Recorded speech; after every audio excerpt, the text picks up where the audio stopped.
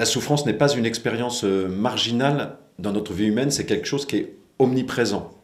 Je ne dis pas que nous souffrons chacun en permanence, mais lorsque moi je ne souffre pas personnellement, j'ai toujours autour de moi une personne confrontée à la souffrance. Au moment où je vous parle, je pense par exemple à une amie qui est clouée dans son lit en permanence à cause d'une maladie dégénérative. Je pense à des amis qui ont perdu un petit enfant il y a quelques jours, à la naissance, etc. On peut penser plus largement à des expériences collectives. Je pense que vous aussi, chacun, vous pourriez nommer des personnes très proches qui sont en grande souffrance en ce moment. Et ça nous pose forcément une question par rapport à Dieu. C'est que dans un monde qui est marqué par tant de souffrance, comment croire en l'existence d'un Dieu bon? Ce constat de la souffrance est une des grandes objections à l'existence de Dieu. Et cette objection, elle est encore plus forte si on pense à la souffrance des innocents. Comment Dieu peut-il supporter ça? Pour nous-mêmes, voir un enfant souffrir physiquement, c'est très difficile.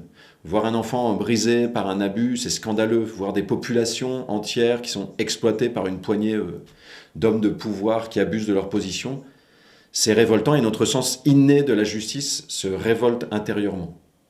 Alors est-ce qu'il faut en conclure que Dieu n'existe pas? Je propose de prendre un peu le temps de considérer les choses. Ce qui pose problème fondamentalement, c'est la contradiction entre notre idée de Dieu et le constat de la souffrance. Dieu se définit communément comme un être absolument bon et tout-puissant. Or, s'il est bon, il veut le bonheur de ses créatures, et s'il est tout-puissant, il peut l'accomplir. Or, les créatures souffrent.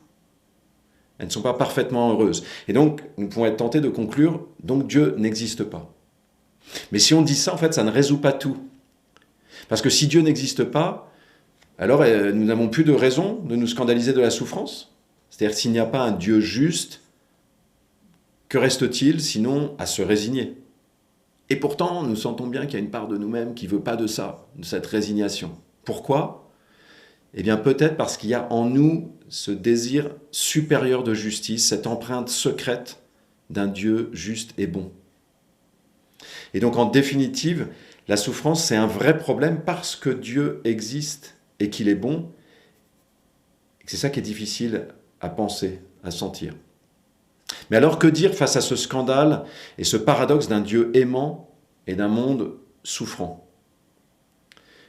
Un premier mot que nous pouvons avancer, c'est celui de liberté. Dieu a créé des créatures spirituelles, et en particulier les hommes, qui sont appelés à dire oui à Dieu librement, à participer librement à son dessein. Et ce librement, il laisse un espace. C'est que c'est aussi, nous avons la possibilité de dire non à Dieu, de ne pas entrer dans son dessein.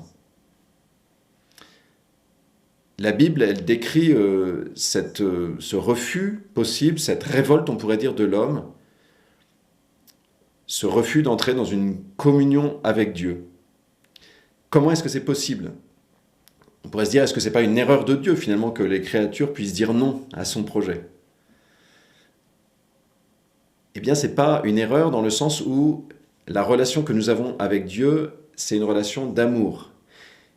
Et donc, Dieu ne peut que nous laisser cet espace-là d'une libre réponse, sans laquelle l'amour n'est pas possible, sans cette liberté-là.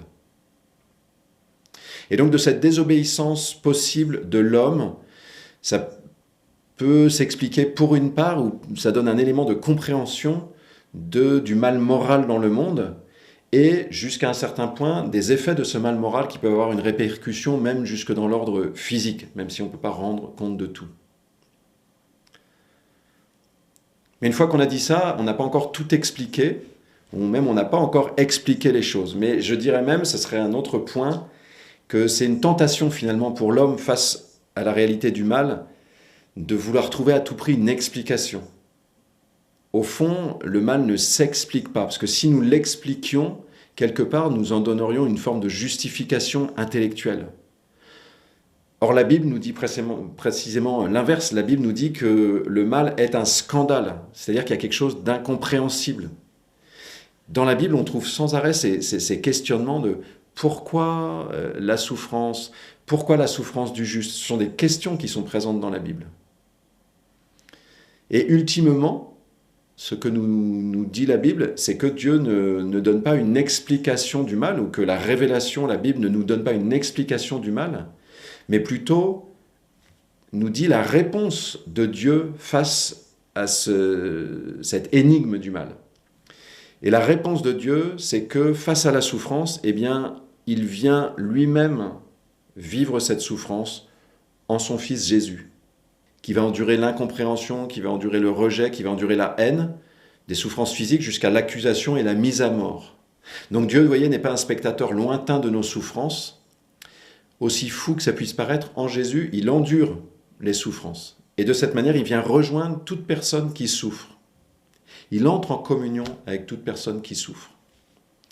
Une jeune femme qui avait des grandes souffrances physiques m'avait dit un jour en parlant de Jésus, « Lui seul peut me comprendre ». C'est-à-dire que cette présence de Jésus, elle n'enlevait pas ses souffrances, mais elle transformait sa manière de les vivre. Voilà, face à la souffrance, l'esprit se révolte spontanément, c'est normal, c'est presque bon, mais il y a une tentation de vouloir à tout prix comprendre, et c'est une impasse.